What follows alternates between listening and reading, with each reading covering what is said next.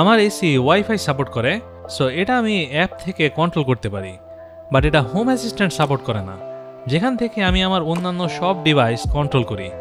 এই জন্য আমি এই ওয়াইফাই ইনফ্রারেড কন্ট্রোলারটা কিনছি, যেটা দিয়ে প্রায় সব টাইপের ডিভাইস কন্ট্রোল করা যায়।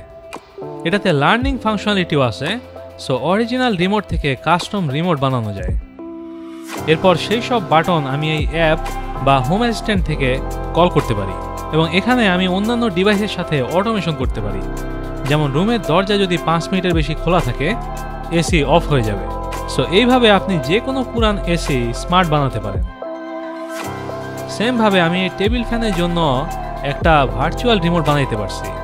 তবে এই জিনিসের আরও ইউজ আছে, যেমন টিভি চালানোর সময় আমাকে 2টা রিমোটে 4-5টা বাটন টিপা লাগে চ্যানেল পর্যন্ত যাওয়ার জন্য, বাট এই ডিভাইসের মাধ্যমে আমি এক ক্লিকেই তা অটোমেট করতে পারতেছি। আর এটার রেঞ্জ যে কোনো আইআর রিমোটের চেয়ে বেশি। আপনাকে কখনো ব্যাটারিও চেঞ্জ করতে হবে না। Love this thing.